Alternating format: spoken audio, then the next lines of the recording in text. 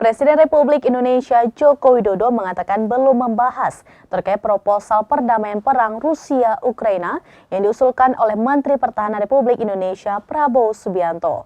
Berikut informasi selengkapnya untuk Anda.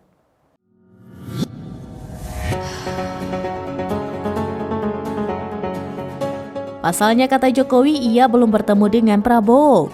Jokowi mengatakan akan bertemu Prabowo secepatnya. Sebelumnya, Presiden Joko Widodo mengatakan bahwa proposal perdamaian perang di Ukraina yang diusulkan Menteri Pertahanan Republik Indonesia Prabowo Subianto bukan berasal dari dirinya.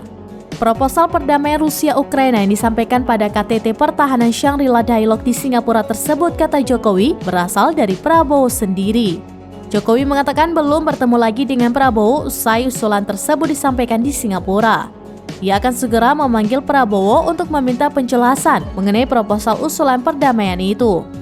Sebelumnya, Menhan Prabowo menyampaikan proposal resolusi perdamaian untuk mengakhiri perang Ukraina-Rusia saat hadir dalam Forum International Institute for Strategic Studies atau IISS Shangri-La Dialogue di Singapura pada Sabtu 3 Juni 2023 lalu.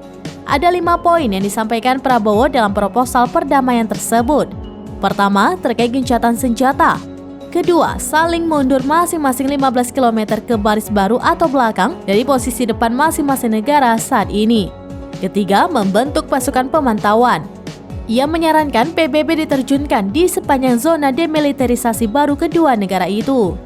Keempat, pasukan pemantau dan ahli dari PBB yang terdiri dari kontingen dari negara-negara yang disepakati oleh baik Ukraina dan Rusia. Kelima, PBB harus mengorganisir dan melaksanakan referendum di wilayah sengketa untuk memastikan secara objektif keinginan mayoritas penduduk dari berbagai wilayah sengketa. Usulan Prabowo tersebut mendapat respon dari pihak Ukraina maupun Rusia. Ukraina menolak usulan tersebut karena dinilai mencerminkan usulan Rusia. Ukraina merasa tidak butuh mediator seperti itu. Sementara itu, pihak Rusia menyambut baik setiap proposal perdamaian yang diajukan termasuk dari Menhan Indonesia.